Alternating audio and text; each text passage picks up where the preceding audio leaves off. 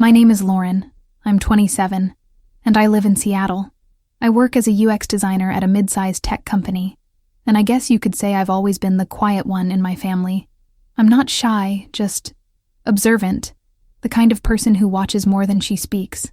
And growing up with a sister like Emily, outgoing, magnetic, the type who could light up a room, I got used to being in the background. It was never something I resented, at least not until recently. What happened at her birthday dinner changed everything I thought I knew about my place in our family. It was supposed to be a celebration. We met at a new Italian place downtown, the kind with dim lighting and rustic wood tables. Emily had picked it out, of course, and made sure we all knew it was a dress-up dinner. I wore a navy dress, simple but elegant. The reservation was under my name because I got there first, just like I always do. I like to be early. I watched the waiter light the candle on the table and adjust the silverware as I sipped water, waiting for the others. The smell of garlic and truffle oil floated in the air, reminding me I hadn't eaten since noon. Emily arrived with her husband, Mark, laughing loudly as they entered. She hugged me quickly, already scanning for her friends. Mark gave me that nod he always does, half acknowledgement, half indifference. Our parents came in a few minutes later, followed by two of Emily's coworkers and her college roommate, Amanda. I was the only one there without a +1, not that anyone asked why. I'd broken up with Ethan 2 months ago, and no one in my family had brought it up since. I wasn't surprised. The evening started off fine. The waiter brought wine, appetizers were shared, and Emily told stories that had everyone laughing. I smiled, sipped my drink, and chimed in when I could. Still, I felt it, that invisible distance, like I was sitting at the edge of the group photo. But it was her night, and I didn't want to make it about me, so I stayed quiet and listened, nodding when appropriate, laughing when expected, just being there. When the entrees arrived, Mark launched into some story about a guy at work who tried to expense a Peloton bike. Everyone laughed. I added a small comment, just a joke, not even directed at anyone, and that's when it happened.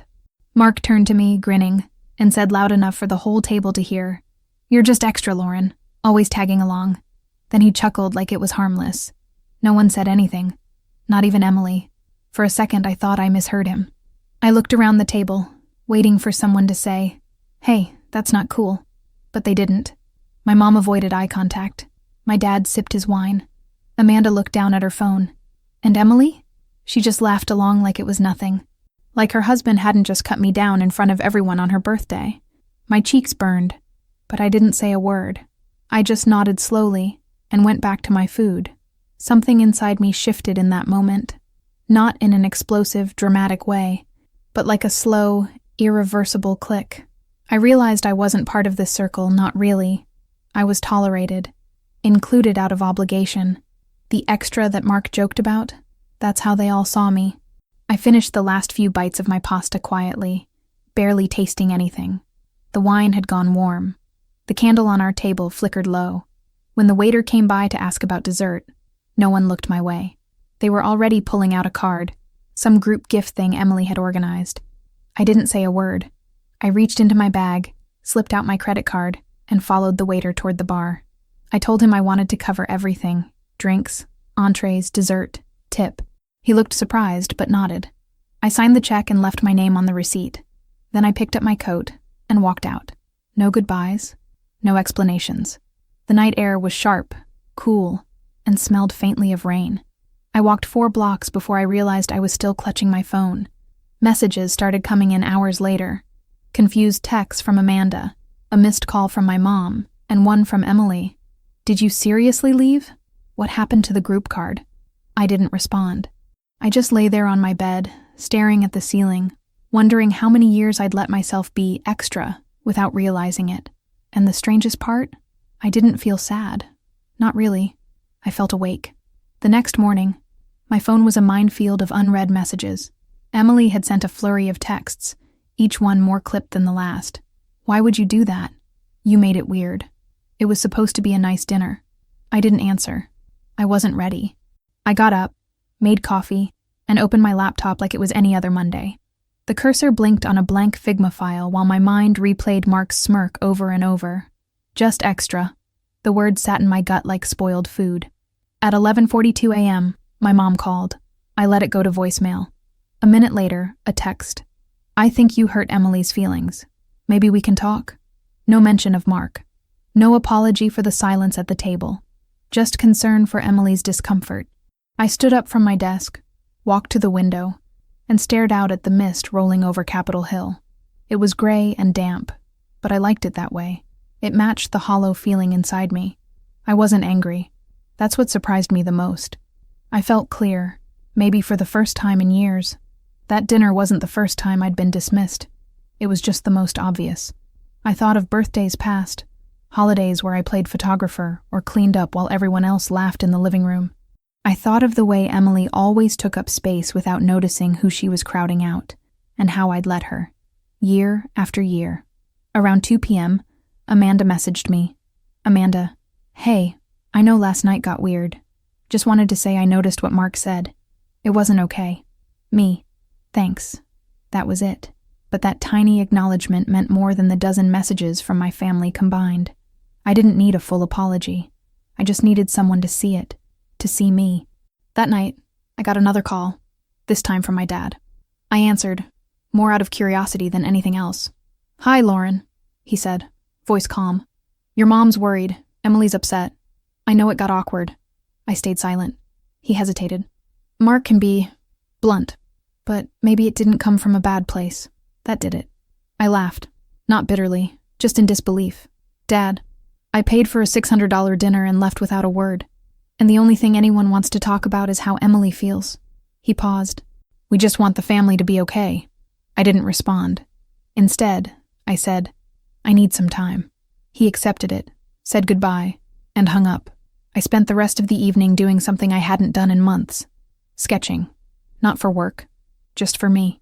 Pages filled with charcoal lines, messy and emotional. It felt like clearing out a room I hadn't entered in years. No one interrupted. No one called again. The silence was heavy, but it was mine. 3 days passed before Emily reached out again. This time, a long message. She wrote about how I blindsided her, how she didn't know I felt excluded, how she wished I'd said something in the moment. You could have pulled me aside, she wrote. You didn't have to leave like that. No apology. No ownership. Just blame, dressed as confusion. I typed and erased my reply 3 times before settling on me. I didn't want to make a scene. I just didn't want to be part of it anymore. The typing bubbles appeared and vanished. Then silence. I put my phone on Do Not Disturb and sat on the balcony, watching the city blink to life below. A soft drizzle tapped the railing. For the first time in years, I didn't feel like I had to explain myself. I didn't need anyone to tell me I was allowed to take up space. I already had. Quietly, maybe, but fully. And that was enough for now. It was a full week before I saw Emily again. She asked if we could meet for coffee. Just the 2 of us. No expectations. I agreed, partly out of curiosity, partly because I needed to know if this new boundary I'd started to build would hold up in front of her. We met at a cafe in Fremont, one of those cozy places with exposed brick and too many plants. She was already there when I arrived, seated by the window, scrolling through her phone. When she saw me, she smiled, but it didn't reach her eyes. We started with small talk. Work, the weather, something about a new Pilates studio she was trying. I sipped my latte slowly, letting the silence stretch longer than usual. Emily fidgeted, then finally said, Look, about my birthday. I didn't know you felt that way.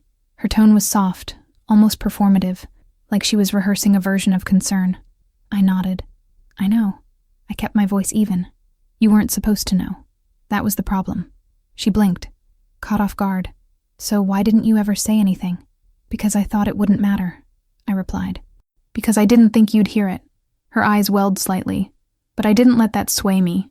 I'd spent years confusing guilt with love. I wasn't doing that anymore. She said, Mark didn't mean anything by it. He jokes like that with everyone. I shook my head. That's not a joke. That's a pattern. And no one stopped it. She was quiet for a long moment, then whispered, Do you hate me? I almost laughed. No. I just finally started liking myself enough to leave the table. That seemed to hit her harder than anything else. She leaned back, stared out the window, and said nothing. We sat like that for several minutes. Two sisters divided by more than just a birthday dinner. Eventually, she nodded. I'll talk to him. He should apologize. I shrugged. That's between you two. When I left the cafe, I felt lighter. Not because we'd resolved anything, but because I hadn't folded. I hadn't minimized what happened. I had stood up, not with drama or fury, but with clarity, and that felt powerful. I walked through the market on the way home, buying sunflowers from a vendor on the corner. The city was alive with color that afternoon, and for once, I felt part of it. Over the next few weeks, I made space for things I had long postponed. I reconnected with an old friend from college, joined a ceramics class, and started journaling every night. None of it was revolutionary, but it was all intentional. Each decision reminded me that I could choose my life, not just react to it. I didn't stop loving my family, but I stopped bending myself to fit into the shape they needed. Then, on a Sunday, Mark called. I debated whether to pick up. Curiosity won. Hey, he said, voice more awkward than usual. Emily asked me to call. I wanted to say sorry.